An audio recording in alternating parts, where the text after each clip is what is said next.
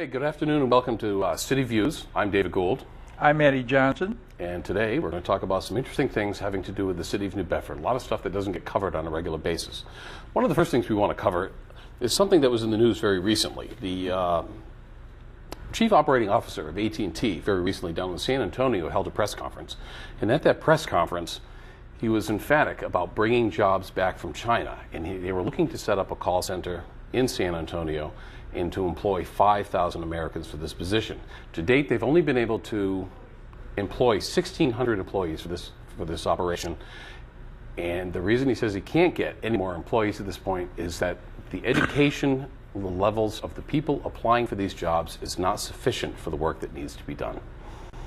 Well, Dave, obviously that's a point of concern even here in New Bedford. When Jim Mathis was president of the city council, president of the Chamber of Commerce, the Chamber of Commerce knew years ago that one of the problems were for bringing in new companies and new businesses was educational attainment here in the city of New Bedford. Now the dropout rate is about 40%. And you don't know if those statistics are accurate or not, but they probably are in the ballpark, because nationally the dropout rate, particularly in urban cities, is about 50%. So if you're going to do economic development and you're going to have a prosperous city, particularly in an urban setting, and perhaps also in the surrounding towns, you are going to need an educated workforce. You need an educated workforce because most major companies, and there are people who would say that large businesses and big businesses, or, they kind of pit poor against big businesses, but let's face it, if it were not for big businesses, they create more jobs, pay more taxes than anyone else. And in a 21st century environment, it's absolutely necessary that you have an educated workforce. There's no getting around it. Technology, even I don't care if you're at McDonald's with a cash register with pictures on it, it's still a computer. And you need to know and at least have a high school education. I'm a baby boomer, and so a high school education might have been appropriate for me, or a 2-year college degree, but the very minimum, you need educational skills that including the 3 R's, reading, writing, and arithmetic. Yeah, you can always learn how to operate a computer, and kids in this generation have been programmed for that for years, starting with Pac-Man or video games before that. But video games also were the beginning of programming kids, or the next generation, or 2 or 3 generations that I'm removed from because I'm a baby boomer, to an educational process that would prepare them for the world of work. You'd have to ask yourself, though, are we getting our money's worth? The school budget this year is approaching $140 million. If you divide that into the number of buildings in the city, that's almost $5,000 per building in the city of New Bedford that the city is spending towards education. It's almost $14,000 per person divided by 100,000. It's an enormous amount of money, and we don't seem to be getting the return. What do you think the school department or somebody can do to help the children understand that they need to really listen, pay attention, and get their education? Well, the school department budget is not going to decrease. You have all kind of add-ons to that, including education of illegal immigrants. Until there is some kind of congressional legislation or some kind of legislation, you still got that major problem on your hands. So the budget is not going to decrease. What the problem is, and educators are not at fault. I don't fault the educators. I fault parental guidance and children coming out of home to school. That's a big transformation. You in today's market, for example, I wasn't a child that went to daycare. My grandparents and my parents and my elderly siblings taught me how to read, write, and it was a requirement, as opposed to coming home, not doing homework, it was mandatory. So perennial guidance and perennial approach to the educational process is extremely important. Without it, you're spinning your wheels. You know, it's like stepping in the middle of quicksand, and every time you move, you sink deeper. And you know, the fault is always attributed to what the educational system is not doing. It is also about mainly what the parents are not doing as well. How much of that do you think is involved in the children not learning as well as they should, the parents not being able to either be employed, poorly employed, lack of employment, or just downright addicted? Well, let's take your family, for example, your daughter Catherine. Catherine was homeschooled. Catherine, even though she was homeschooled, she's now in a educational environment where she's competing in a straight A students. Now, if it wasn't for the guidance of you and your wife, that would not have occurred. The educational system wasn't doing it for her because it wasn't that she couldn't compete in the educational system. It was that the learning process for her was not appropriate for her. Oh, she asked too many questions. And a lot of the teachers didn't like having to answer those questions on a regular basis. And so you're right. For Catherine, homeschooling was a better solution for my two boys. Regular school did well. And my oldest is now off working in game development up around Boston. Anyways, the gentleman from San Antonio, from AT&T, wound up his speech by saying, you know, we don't like hearing this, but that's just the way it is. So the question is how do we get our kids educated so that we can bring the good-paying, high-paying jobs to the city of New Bedford? For example, I thought, you know, some people may be upset with his statement. When I first read it or heard it, I got a little upset with it because he spoke about specific groups. And I'm capable of speaking. I don't think that he was speaking of middle-class white America or middle-class white America. He was speaking of young black and Latino or in this instance, Cape Verdean students who do not make it through the system for whatever reasons they are. And while we're on that subject, he also stated that he could do the same, get the kind of talent that he needed in India, for example, fill those jobs, fill whatever work orders they had with a little of ease, and by bringing the jobs back to America where he had 5,000 openings and have only filled 1,500 of those openings in a depressed economy and people who are looking for jobs every day, that gives you a pretty close view of what's happening with the educational system, and that's not good. We're not being serviced the way that we need to be serviced. Well, I don't know if we're not being serviced, is that kids are not taking the initiative, parents are not taking the initiative or the aggressiveness to understand that it's a real world out there, and the real world out there is the world of work. You know, what are the other options? There are no other options. The other options are either you're going to end up in jail or dead. But it's a money game as it relates to that, but that's not reality. It certainly don't do anything to improve relationships between large companies who have the ability to hire and employ and those kids who are graduating from high school.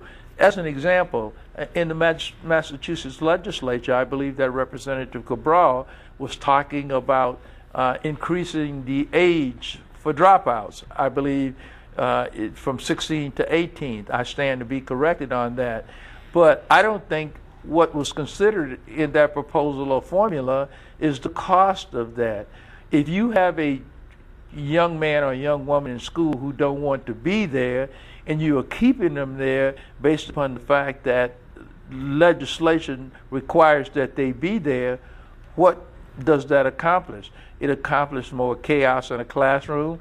It accomplishes more frustration from teachers. And it also takes away from those kids who really are there for educational purposes and want to learn. Do you think the fine representatives of the state could find some way to meld the public school institutions together with the homeschool institutions? I know that some homeschool people don't want to be involved in the school at all for religious reasons, but there are other homeschoolers who really want to participate in the public school system, but they don't necessarily want to be in the public school system. Well, is there some everyone, way that we could... you know, even on homeschooling, everyone is not required or equipped to do homeschooling. You happen to be, and your wife, Karen, happen to be two of the parents that are equipped.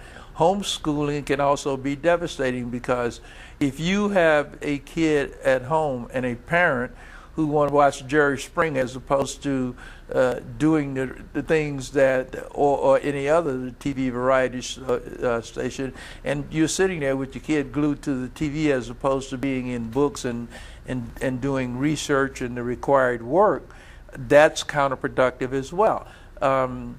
Charter schools, I believe in. I believe in those a lot.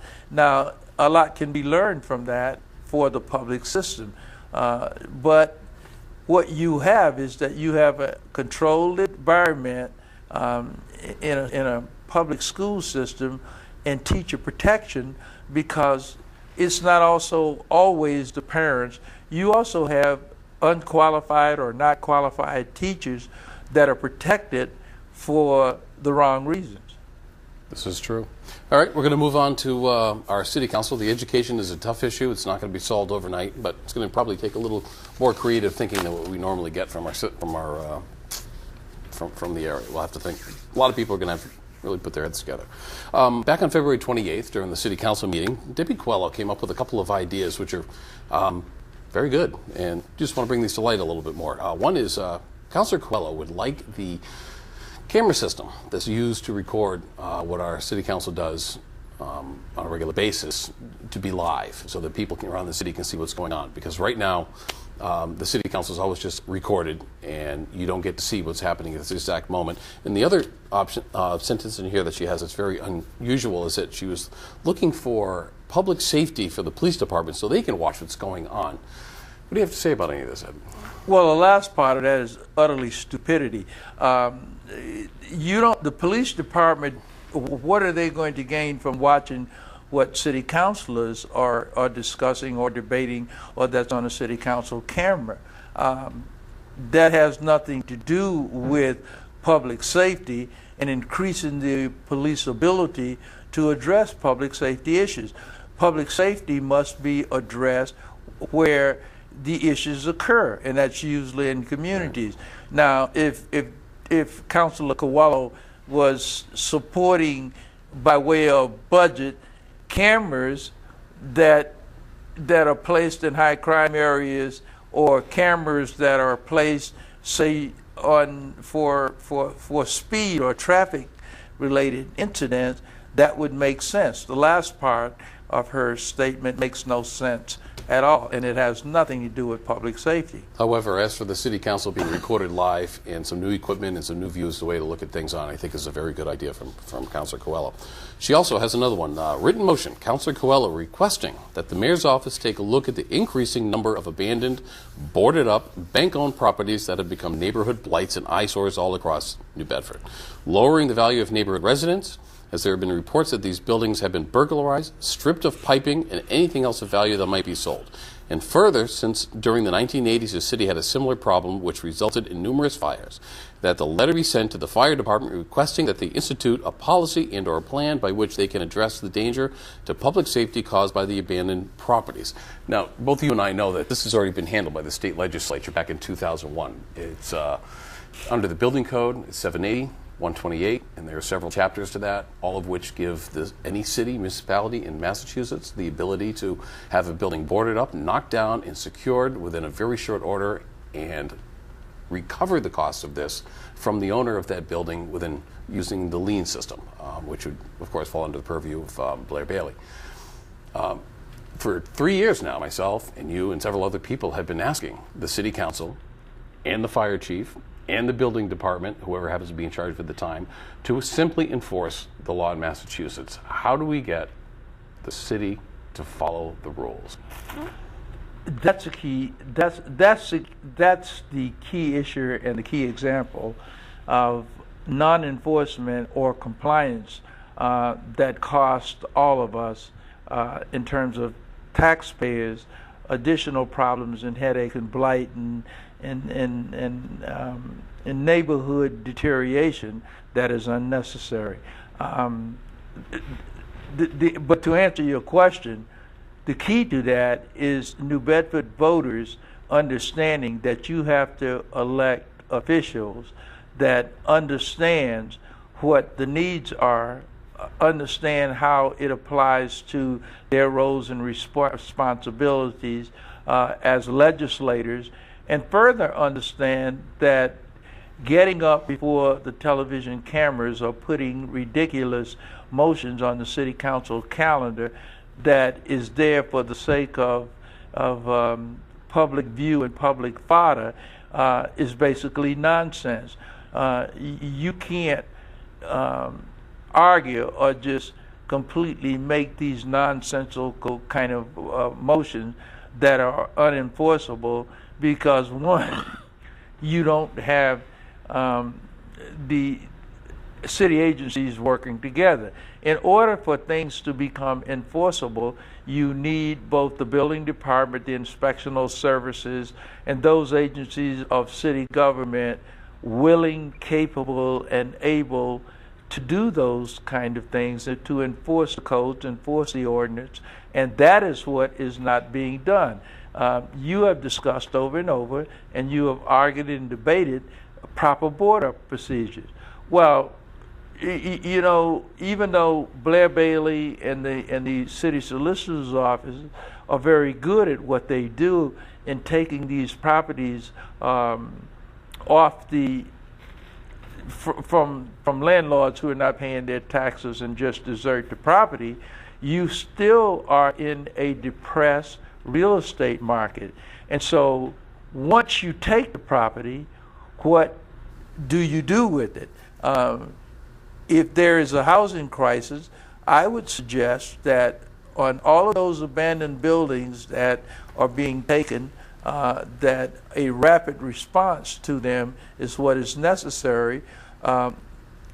Go through them, put them back on the market, give them to the housing authority, or make an arrangement or work out deals or whatever you have to do through community development and the housing authority to hurry up and get those abandoned buildings back on the tax rolls with people who need them, because there is a housing shortage.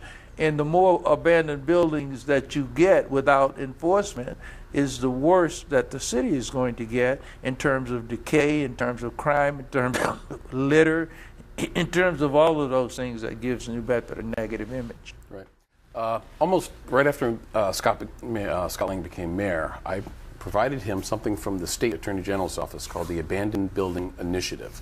What this was a program when you had abandoned properties, whether for tax reasons or for who knows why people abandon the buildings that they're in.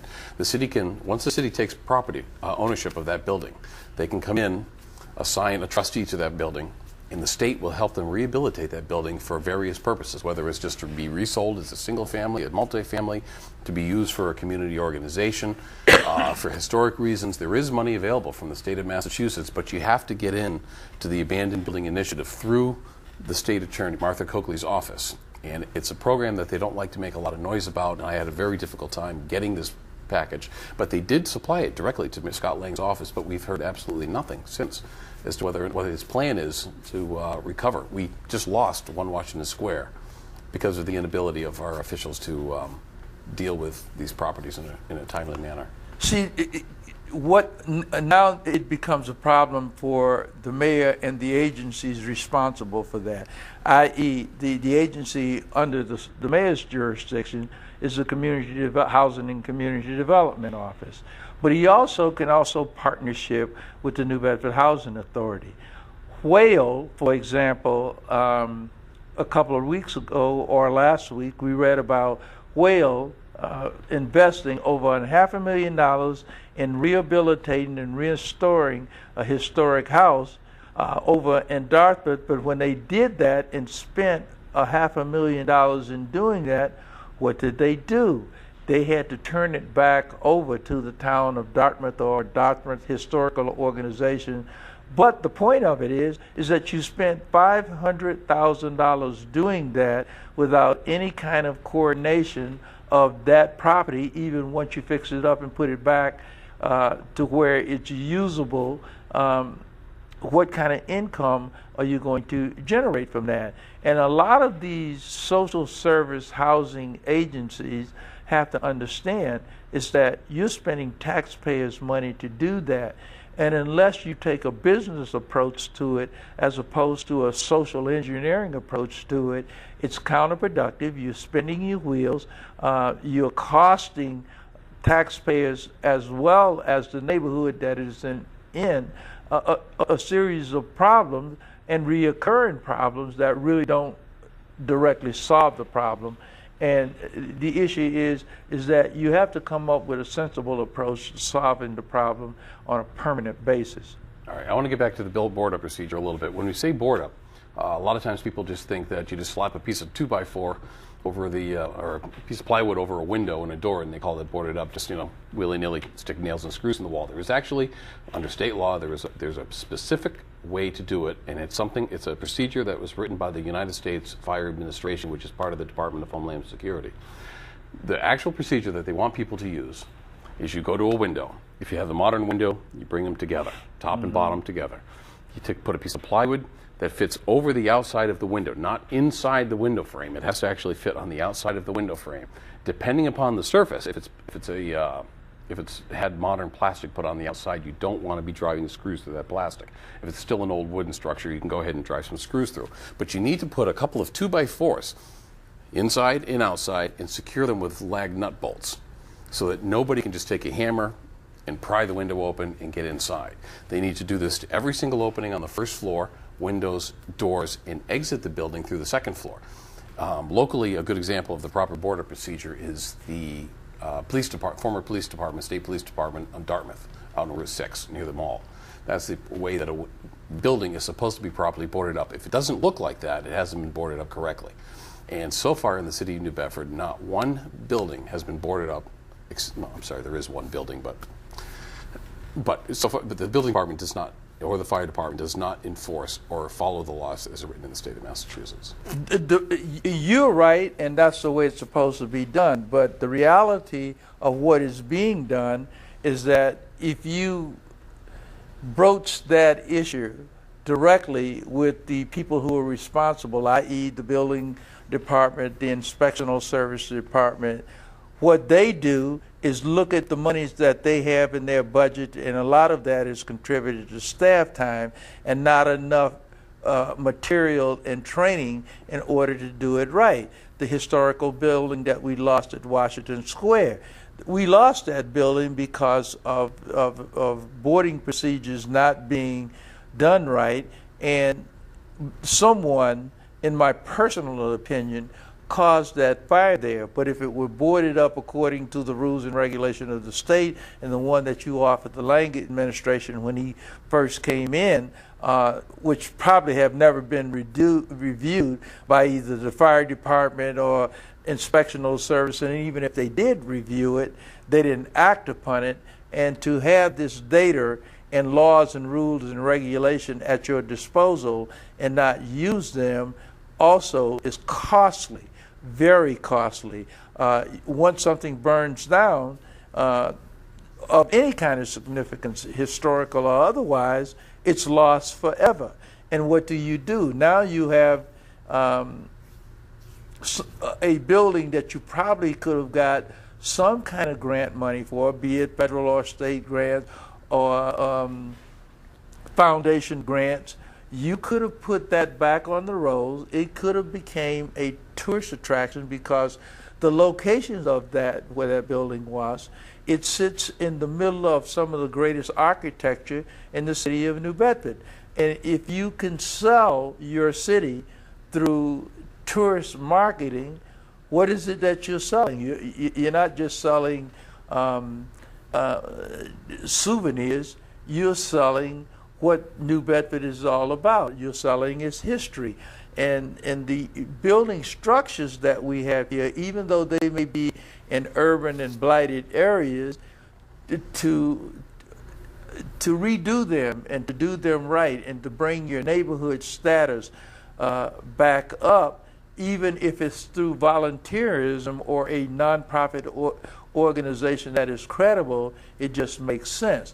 But you know, it's a budgetary question, as opposed to those responsible indicating that and using whatever talents they have to find the resources to do it right.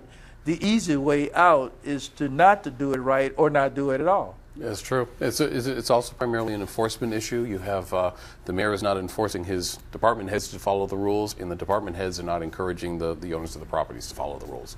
And the state of Massachusetts itself is not encouraging the city of New Bedford to follow the rules. So we're liable to end up with another fire like we had in Worcester at some point, where several people, firemen, perished in a fire that was started because homeless people were taking shelter in a factory.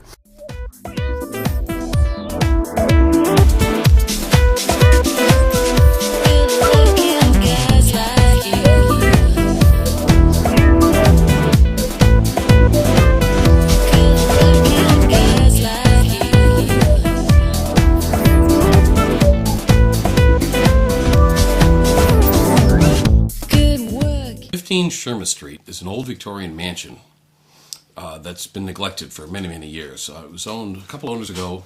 Some people took out a mortgage on it from a friend of theirs. The friend couldn't handle the mortgage. It eventually went to a mortgage insurance company and currently is owned by a company down in Virginia. The building is a mess. There's fire hazards on the porch. There's a Christmas tree next to the porch, all of which will just go up with nothing more than the flick of a cigarette.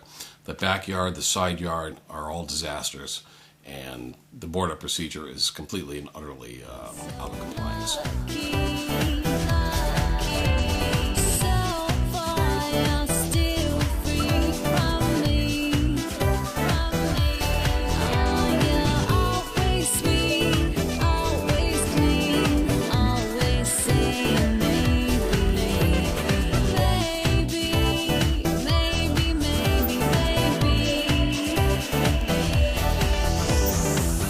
"37 Allen Street was to become a pizza parlor. However, the neighbors didn't like the fact that the antique house was going to be destroyed in an effort to replace it with a pizza parlor. The city came to a conclusion that at some point that house would be rehabilitated while they worked out where the pizza parlor and parking was going to go in the corner. This hasn't been done till date. Just recently, within the last month, some boards were put over the windows, but as you can see, it's the wrong type of plywood and the construction technique is out of compliance.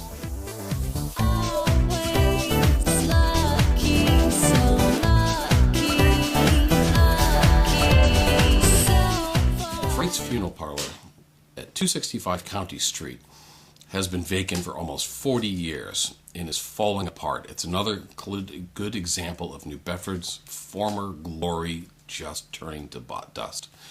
The gentleman who bought it has made an effort, albeit a poor one, to attempt to rehabilitate the building. This entire winter, the building has had holes in its roof, snow, rain, it's all getting inside.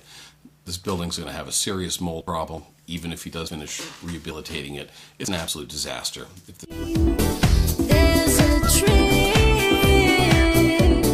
in the dice you throw, and you bite down hard on it.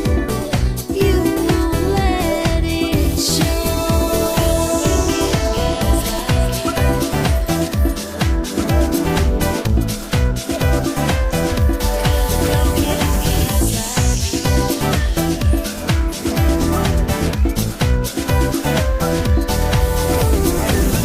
Good times, you say. 27th Street was originally owned by the New Bedford Historical Commission. I guess somebody made the decision that this is a building that they didn't want to rehabilitate. Hence, it was sold to a neighbor down the street who lives at 7th Street. And he has done nothing to rectify the problem. The building is open to the weather. It's not boarded up correctly. The yard is a mess. Somebody is just not being a good neighbor. You never get it right. Never get it right. one of New Bedford's classic Quaker mansions. What an absolute beautiful building. A few years ago, there was a fire inside. The building was never properly boarded up. The roof has collapsed in the meantime, and both of the side precipices are planning on falling off at some point. You can see in the video that there are cracks. The fire escape on one side of the building is a very easy access point to the third floor, and you can see that people have taken the boards off of those windows and are probably using it for shelter during inclement weather.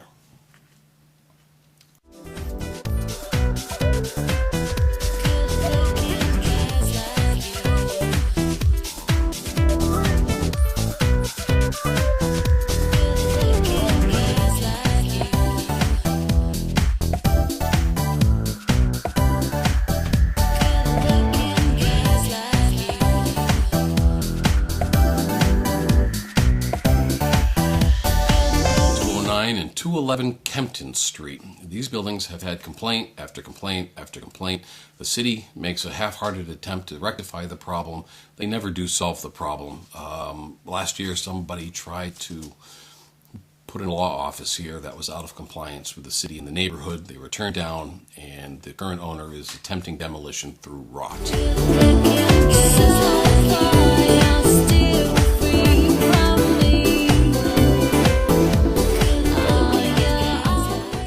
Finally, 256 Park Street.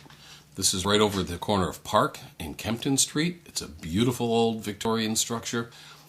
It was just recently boarded up incorrectly, I might add. The doors are not secure. The backyard has a good deal of flammable litter that could be used very easily to burn the building.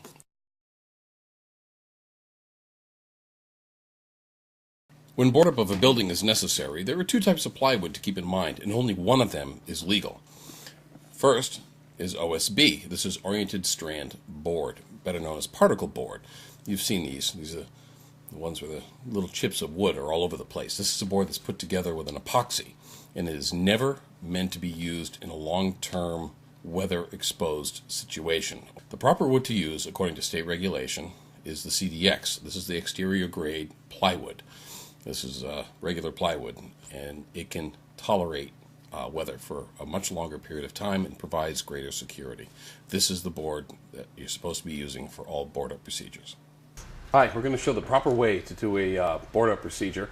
According to state law, we have Mass General Law 790, 121, point 1, 2, 3, 4, 5, 6, 7, 8, and 9. Each one covers a different part of the board-up procedure in the way that local building departments are supposed to handle abandoned and long-term vacant properties. All right, what we have here is we have a simple wooden frame, we have a replacement window inside, and we have here, this is Mr. Tim Leyden from Fortress Green Building Supply. Normally builds very efficient, high-energy, low-energy houses, high-energy houses, built and designed to engineer to save you money, but in addition to that, he's also an expert on the proper way to board up a house in the state of Massachusetts. Tim? Okay, well, on some houses, especially houses that aren't damaged that much and are going to be resale again, you don't really want to screw into the wood or nail into the window frame or the siding. And that's because these windows are made out of plastic or steel, and once you punch a hole in them, it's a permanent hole that's not easily patched. Yeah, these ones are aluminum. A lot of them are vinyl or aluminum clad. Either way, it's very costly. And then buildings also that have plastic or aluminum siding on it, you also don't want to be punching holes in those. And so the traditional way that you see people boarding up houses in the city of New Bedford is they're going to be banging into these windows or through the siding of the house, causing further damage. If the building is to be reused again in the future, it just increases the cost and expense, as well as also being the improper way to board a building up. All right. Now the materials that you're going to use for a proper board-up procedure are what? The plywood is? Well, I believe the code is a 1/2 inch.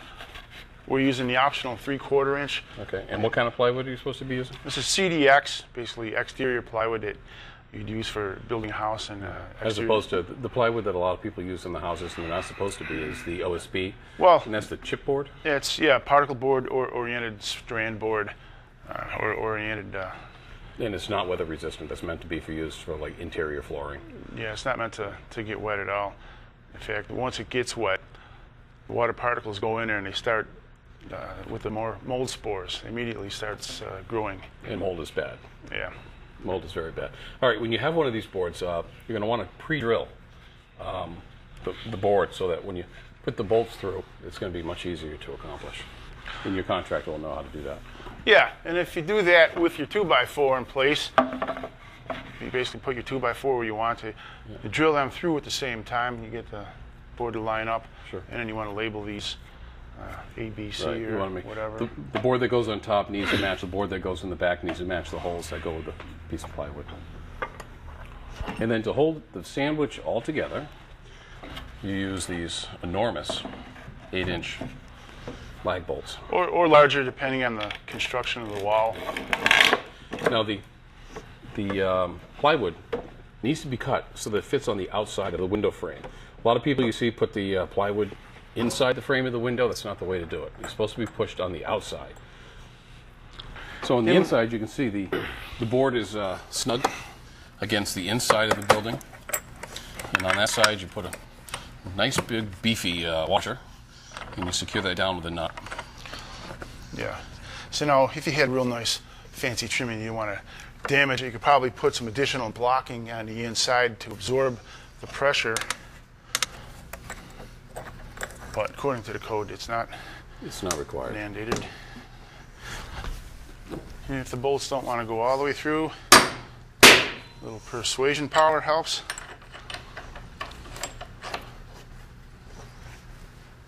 And then there you are. Very good. Of course, in the real world, you need a man on the inside and a man on the outside doing both of this, so it won't go quite as quick and easy as this.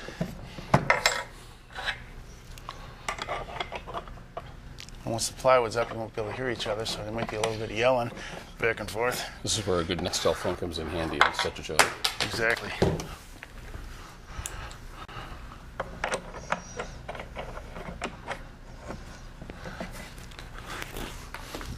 And you probably don't have to really crank these down, but you want to definitely make them snug enough so that the washers just start sinking in. On the outside, we use the carriage bolts. They will become flush. And by being flush up against the wood, that prevents anybody from trying to get a tool underneath to attempt to extract these. You see how these carriage bolts is just a nice round top, and it creates a powerful sandwich and holds the plywood firm up against the building. Nobody's going to be able to get a hammer under here, a pry bar, a crowbar, and be able to pull this off. That'll protect the piping in the house. It'll make the building a little bit more weather tight. It's going to prevent storm damage. Okay. Cut here. All right. Once the board up procedure is finished, this creates a nice tight seal up against the house. It's going to be very difficult to get any type of a pry device in here to extract this board from the window to allow somebody to gain entry illegally. Right, your wall would be continuing up here, where my arm is just our demonstration model that I doesn't have. And oftentimes the window trim itself or J-channel or whatever would be sticking out, so this could be inset. But in either case, it's going to be very difficult to get any kind of a pry bar in there. And even if you can, it's going to be very difficult to pry it off. Right. And the fire department will have a hard time getting through this. And the state of Massachusetts recognizes that fact, but they also have a procedure that they generally don't like to share with people who might want to gain access to the house as a way to get through these board-up procedures. But this is the correct way, the proper way. This is what our building inspectors are supposed to be mandating on abandoned houses or any building that is unoccupied for any extended period of time. And this is what the city itself is supposed to be doing to any building that they have taken over for tax purposes or for any other reason and actually owns. We lost one Washington Square because this procedure was not implemented by either the prior owner or the city of New Bedford once they took ownership on January 12th of 2008. On the other hand, for a house that has burnt, as we recently experienced, you don't want to have somebody going on the inside, especially at night. The house has just been doused with thousands of gallons of water and maybe structurally unsafe. So in that case, the screw into the frame method is acceptable. Screwing it, yeah, it would be acceptable temporarily, and then maybe if the building is deemed safe in the future by the fire department or the building department, prior to the insurance company being generous with a check, you might want to secure the building again. Free from me. Always sweet, always clean, always saying maybe, maybe.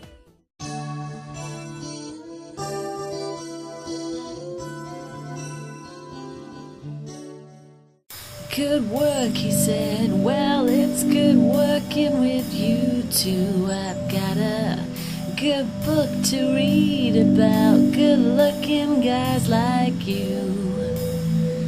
Good stuff to take to bed, good stuff to dream about. Well, I've seen my share of good stuff, so you shouldn't have to share. What could you do about the trash on the sidewalks and the streets to clean it up? Well, there's trash all over the city. And people say, well, is that because the garbage collection, which is done by ABC, is doing a poor job? I don't think that's the reason there's trash all over the city. I think there's trash all over the city because there's a complete disrespect within the city for the importance to take your trash and put it into some sort of receptacle. Take your trash, don't throw it out your car window, don't let it blow around the front of your yard and then into the street, but rather take care of your, of your own property, or take care of the waste that you generate.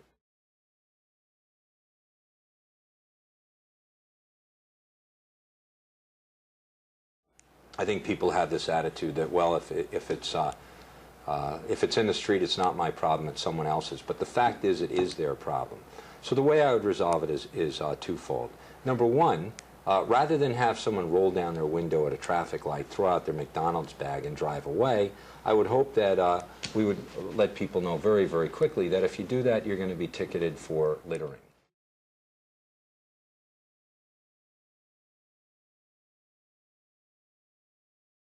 That we're not going to tolerate the idea that you do as you care when it comes to affecting other people's lives and the environment that we all live in. So I would expect people to respect the law, which is there are no littering laws.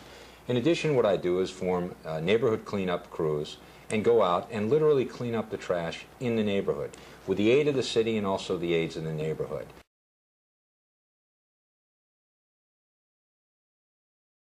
And once we're able to do that and establish a regular pattern where people take tremendous pride in the city, I don't think we'll have the trash problem that we do today. I think that Dunkin' Donut cup that's being casually thrown into the street, someone will say to themselves, wait, we just cleaned this street up. Or wait, I know we've got pride in our city now. I know I have respect for my neighbors. I'm going to take this cup, I'm going to take this bag, and I'm going to put it in a trash can rather than into the city streets. The city streets aren't trash cans. The city streets belong to all of us. We all pay taxes. We all live here. We all love this city. And I'm going to make sure that people begin thinking twice before they think of New Bedford as the kind of place that no one gives a damn, so we'll just throw the trash wherever we want.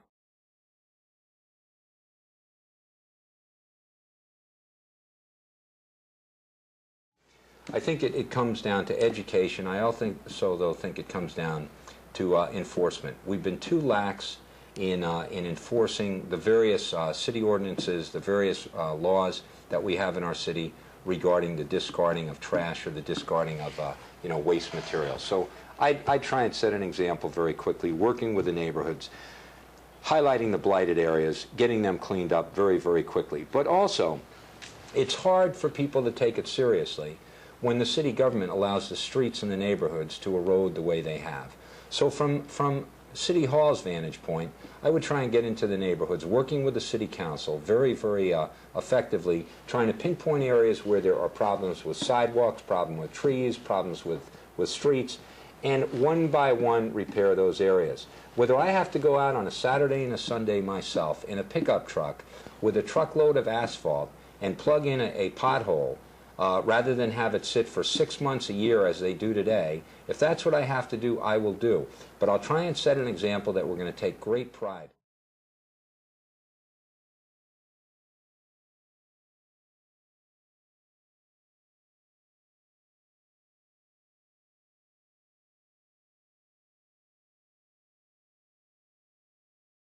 taxes have gone up astronomically under this administration. 54% tax increase. So for every $100 you used to pay, you now pay $154. You multiply that, if you paid $1,000, you now pay $1,540, and on and on and on. We get no services for it.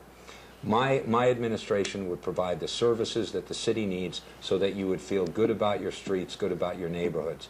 You restore that pride, I think someone's going to think twice before they throw that bag of trash out into the middle of the street. So that's how I would try and attack that. Very basic, common sense, common dignity, just decency, but that's how I'd solve that problem. We'll all feel better if we're living in a clean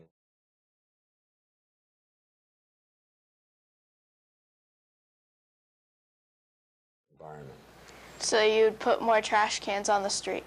You know, that's what I love about talking with people about running for mayor. And the answer is, after giving you a five-minute explanation, you boiled it down to, so you'll put more trash cans on the street. And the answer to that, Catherine, is absolutely. And I'll also put every tool I can to the disposal of the neighborhoods so they take that trash and put it into the trash can. And then I'll make sure the trash cans are emptied on a regular basis. And I'll make sure that we have neighborhood cleanup. So you're absolutely right.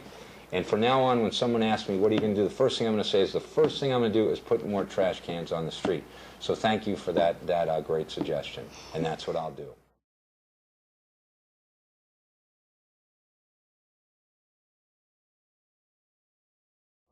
And that's why I'm going to have a great time being mayor, and everybody in the city is going to love working with City Hall. Because Catherine's going to call me up and say, if I had a trash can on our corner, we wouldn't have half the stuff floating around our street. And I guarantee you, if I have to bring that trash can and put it on your corner myself, you'll get it. It's not going to take 6 months to a year. And when it goes on your corner, the city council will be involved in it as well, so they feel that they're making a real contribution, and a realistic contribution, to the quality of life in the city.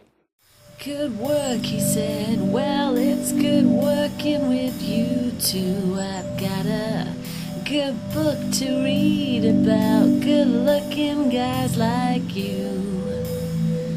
Good stuff to take to bed, good stuff to dream about.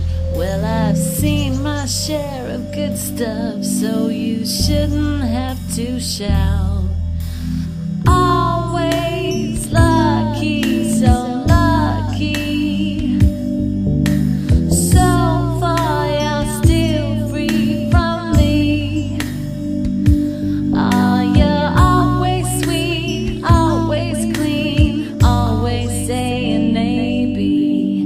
Maybe, maybe, maybe, maybe.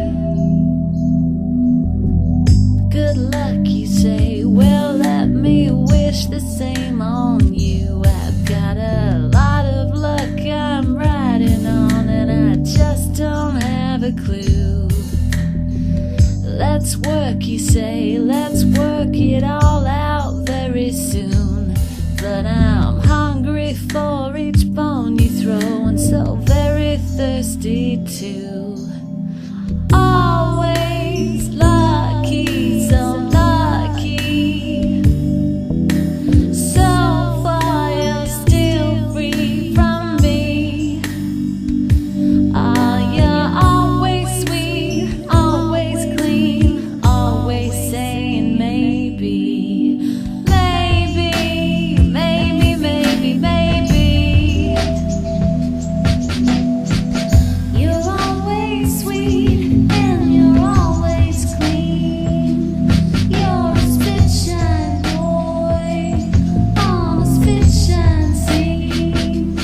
There's a trick in the dice you throw, and you bite down hard on it. You won't let it show. Good times, you say. Oh, well, I've never known much else, 'cause I've been so very blessed, you know. I'm sorry for myself. Stick out your neck.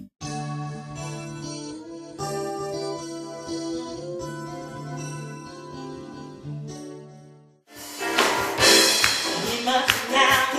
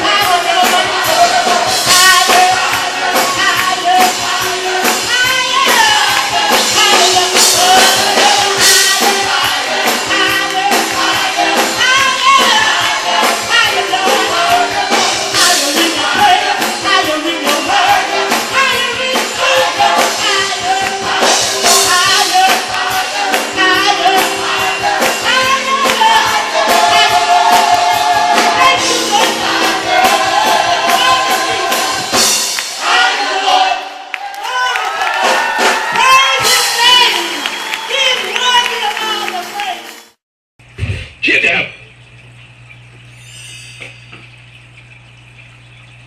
Anyone with half a brain can see that all you have to do is raise taxes. I disagree. The problem requires countless new government programs. Republicans are the problem. Republicans are bad. Yeah, they're bad.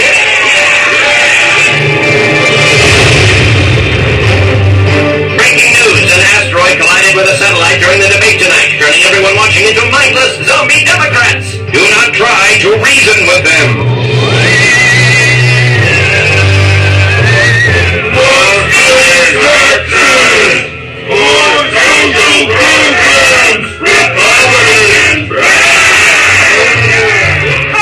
Are they going to eat us? Worse, they're gonna vote. I've got to stop them before they get to the polls. Anyone see my damn key?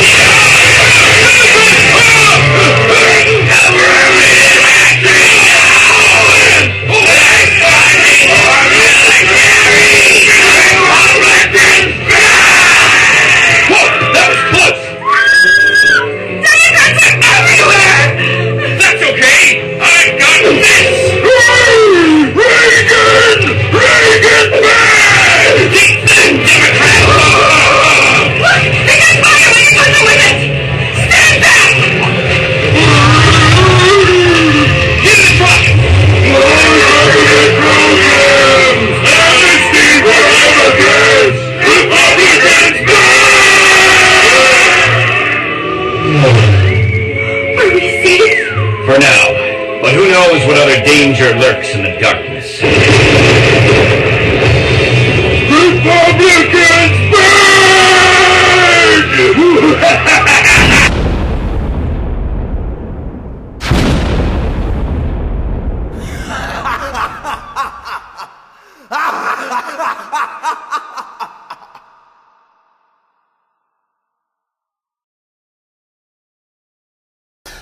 For closing today, Footnote.com is an online entity that creates historical information for veterans. You can find information on World War II veterans, Korean War veterans, and they've just recently put up the Vietnam War Memorial. You can click on a virtual image of the memorial itself, find the name of a past loved one, you can click on it, and people are allowed to contribute to that in the form of stories or photographs. And this is a just coming online historical tool that I think will be very valuable. You're a veteran. How do you feel about this? Absolutely.